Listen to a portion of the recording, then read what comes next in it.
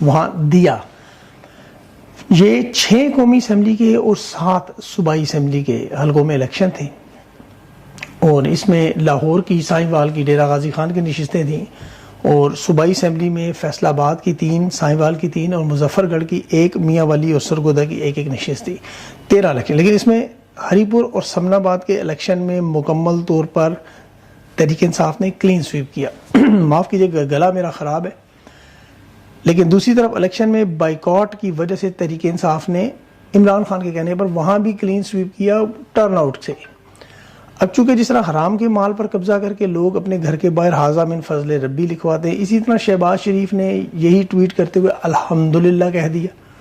اور یہ وہ بغیرتی اور بے شرمی ہے جس طرح حلقہ NA 104 فیصل آباد میں ریٹرننگ افسر فارم 45 پہلے سے دستخط کروا کے اسے پھاڑتے ہوئے داڑھی رکھے ہوئے شخص اقرار کر رہا تھا. یعنی یہ جو بغیرتی 8 فروری کے الیکشن کے بعد شروع ہوئی وہ ابھی تک جاری ہے.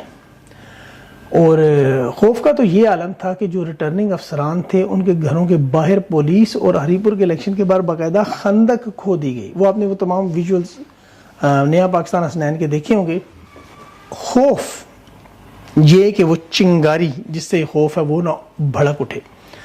اب دیکھیں اسٹیبلشمنٹ کی اس وقت پوری کوشش ایک ہی ہے, یاد رکھیں, اور یہ بڑی میں اہم بات کر رہا ہوں کہ آپ کو ہر قسم کے سیاسی عمل سے باہر رکھا جائے, کیونکہ یہ جانتے ہیں آپ کو ایک دفعہ یہ پیغام دے دیا جائے کہ آپ کے ووٹ کی اہمیت نہیں ہے, آپ جتنی مرضی ووٹ ڈالیں گے کسی اور کو, نکلے گا کسی اور کو, نتیجہ یہ کوئی اور بنائیں. پاکستان کی عوام کو متنفر کرنا اس سیاسی عمل سے, جسے جوڑنے کے لیے ہم لوگ دن رات محنت کر رہے ہیں کہ آپ کو یہ مایوس نہ کر سکیں, کیونکہ یہی ایک پرامن اور واحد جمہوریت, عدل اور انصاف کی طرف راستہ ہے. اب سہیل افریدی نے دیکھیں جو اعلان کیا کہ انہیں پورے پاکستان سے, بلوچستان, کراچی, پنجاب سے کالز آ رہی ہیں اور یہ سب کے سب اسلام آباد آنے کے لیے تیار ہیں, اور اب کی دفعہ سب مل کر نکلیں گے. دیکھیں یہ جو ہفتہ میں آپ کو بتا رہا ہوں اہم ہوتا جا رہا ہے, اس کی وجہ دیکھیں نون لیگ اور پیپلز پارٹی سسٹم کا بہت بڑا حصہ ہے. اب ان کے مستقبل کا فیصلہ ہو چکا ہے, اب پیچھے رہ گئی ہے نون لیگ. پیپلز پارٹی ان سے الگ نظر آ رہی ہے. 26ویں ترمیم میں آپ کو یاد ہوگا مولانا فضل الرحمان نے جس کا انتہائی اہم کردار تھا, اور پھر جس طرح عدلیہ کے ذریعے مخصوص نشستیں چھین لی گئیں تو مولانا فضل الرحمان کو کر دیا گیا 0. اب 27ویں ترمیم میں انہیں پیپلز پارٹی کی ضرورت, یہ انتہائی اہم تھے, ان کے ووٹ کی سینٹ میں اور پارلیمنٹ میں ضرورت تھی. اب وہ ووٹ انہوں نے آزاد کشمیر کی وزارت عظمیٰ اور زرداری کو استثناء دے کے وہ لے لیا. اب پیپلز پارٹی کی انہیں ضرورت نہیں ہے, یہ میں آپ کو آگے چل کے بتاتا ہوں. دوسری طرف نون لیگ کے پاس اب ایسا کچھ بھی نہیں بچا جو اب یہ فیلڈ مارشل کو آفر کر سکے. آپ خود سوچیں, وہ سب کچھ لے چکے ہیں.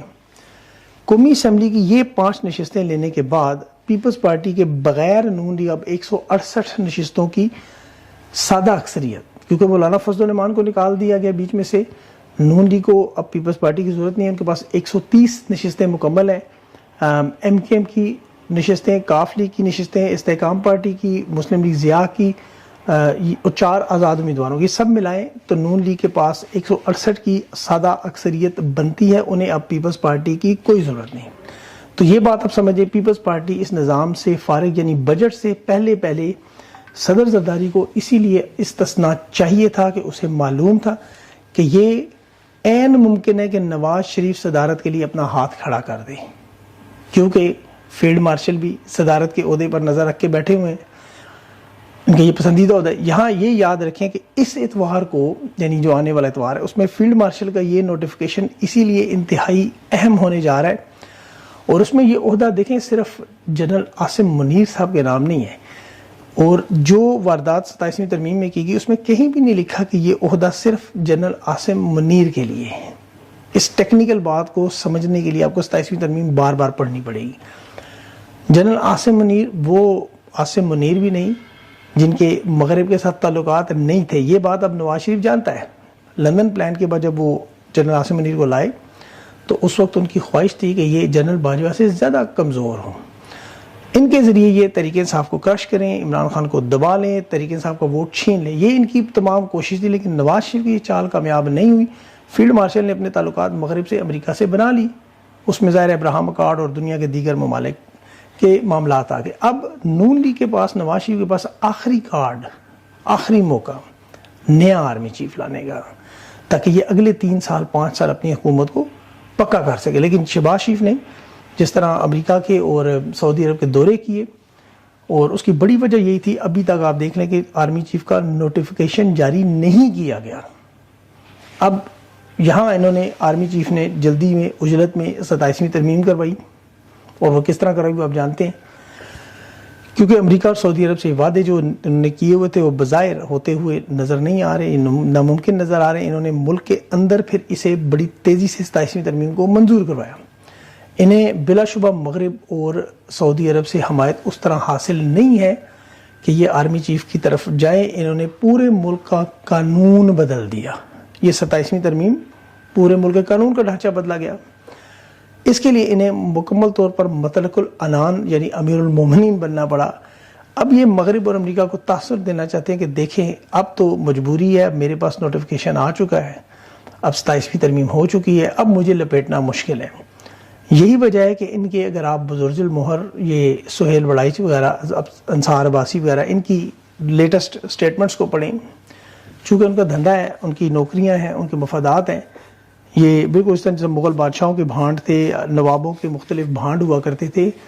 یہ اب شہباز شریف و نواز شریف کو سمجھا رہے ہیں کہ آپ کو اسی تنخواہ میں کام کرنا پڑے گا. اور لیکن اس میں سب سے بڑا مسئلہ ان کے لیے بن چکا ہے کہ ایک شخص کی اندھا دھند پیروی کے نتیجے میں اب ادارے کے وجود کو شدید خطرہ ہے. یہ میں بہت بڑی بات کر رہا ہوں، اس پہ پاکستان کی معیشت اور قومی سلامتی بھی شامل ہے.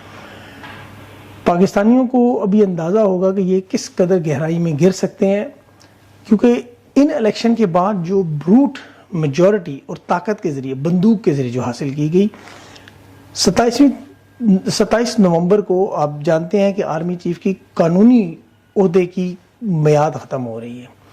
اب تھوڑی دیر کے اگر آپ فرض کریں کہ 27ویں ترمیم میں اور 26ویں ترمیم کے عہد میں انہوں نے جو عہدے سے زیادہ طاقت حاصل کر لی اور یہ چیف آف ڈیفنس فورس بھی بن گئے، فیلڈ مارشل جی پہلے سے ہیں، لیکن 24 کروڑ پاکستانی سوچ رہے ہیں کہ کیا آرمی چیف یا چیف آف ڈیفنس خیر و عافیت سے اپنے گھر جائیں گے یا اس کا نتیجہ کیا نکلے گا.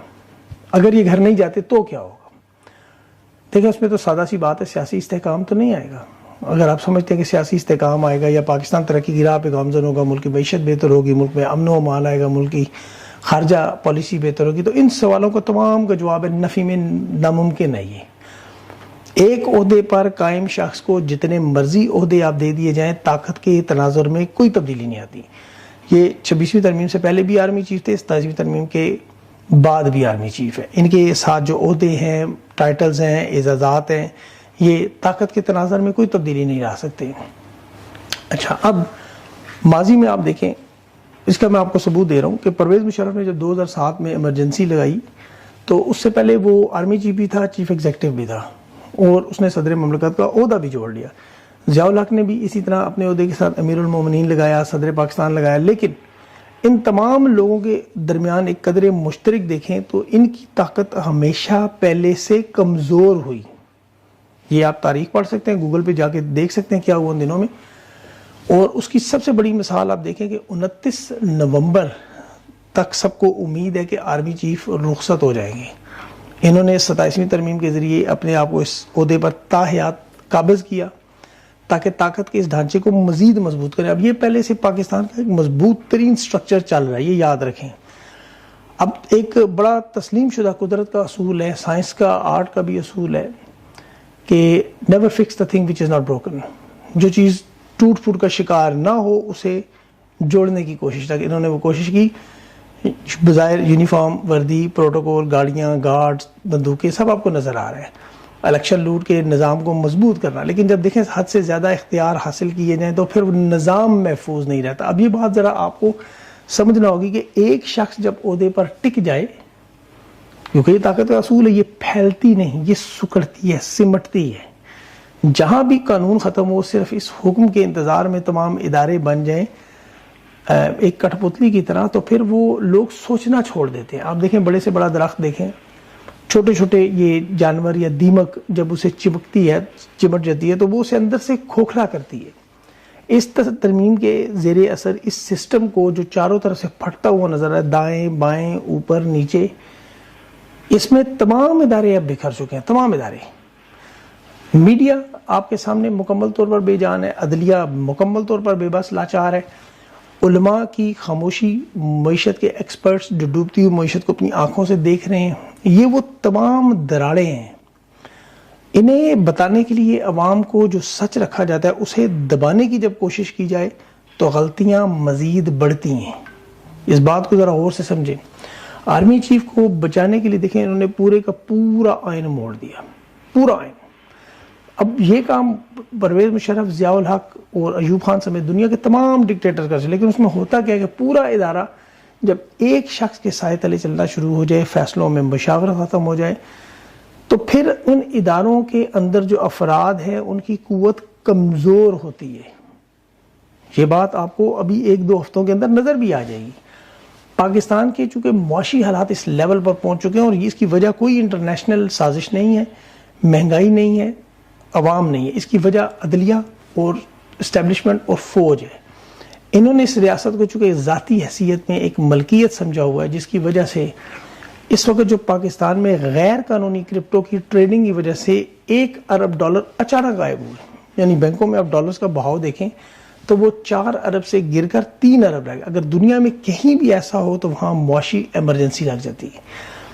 اب یہاں چونکہ ان کا فوکس 27ویں ترمیم، 28ویں ترمیم، آرمی چیف کی مدت، عمران خان کو قید تنہائی میں رکھنا، الیکشن کے ڈبے چوری کرنا اور ان سارے معاملات پر لگے ہوئے ہیں، یا لاکھوں ڈالرز لگا کے عمران خان کی کردار کشی پر کالم لکھوانا.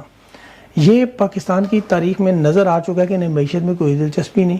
ان سے پہلے کے جو بڑے بڑے ڈکٹیٹرز آئے دیکھیں انہوں نے جنگیں بھی لگائیں، دہشت گردی کی جنگ میں حصہ بھی لیا، لیکن وہ ڈالر لے آئے. یہ بات ذرا سمجھنے کو، وہ ڈالر لے آئے، یہاں ڈالر نہیں آ رہے. 3 سال میں اب تک ان کی سب سے بڑی کامیابی کیا ہے کہ عمران خان جیل میں ہے، تحریک انصاف توڑ دی، اس کا مینڈیٹ چھین لیا. یہ ان کی سب سے بڑی کامیابی ہے. لیکن حقیقت میں یہ وہیں کھڑے ہیں جہاں 9 اپریل کی رات کو کھڑے تھے. آپ دیکھ لیں پاکستان کے حالات.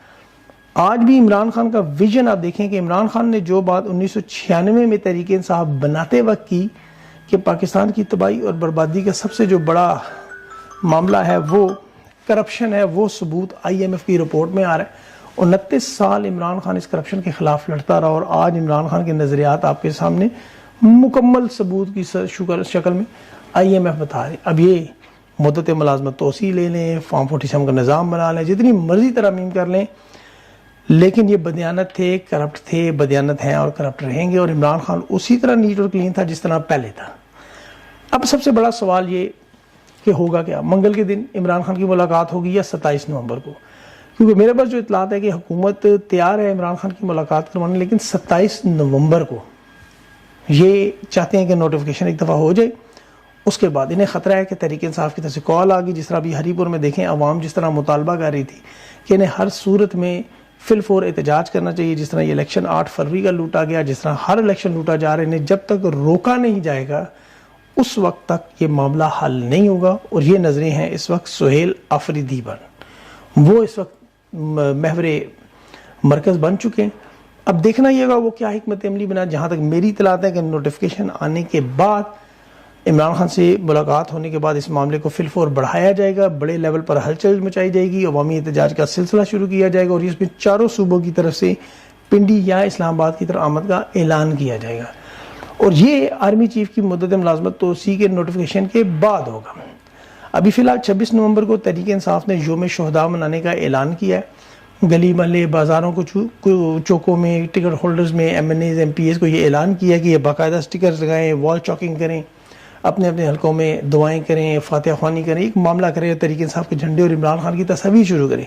یہ شروعات ہیں، لیکن جو اصل معاملہ شروع ہونے کو وہ ہے خیبر پختونخوا سے. اور مجھے لگتا ہے کہ نومبر کا یہ مہینہ کہیں دسمبر کا ستم گرم مہینہ نہ بنے اور اس میں یہ فیصلہ 8 سے 16 گھنٹوں میں نہ ہو جائے. یہ میں نے بہت بڑی بات کی ہے اور خبر کی بنیاد پہ کی ہے.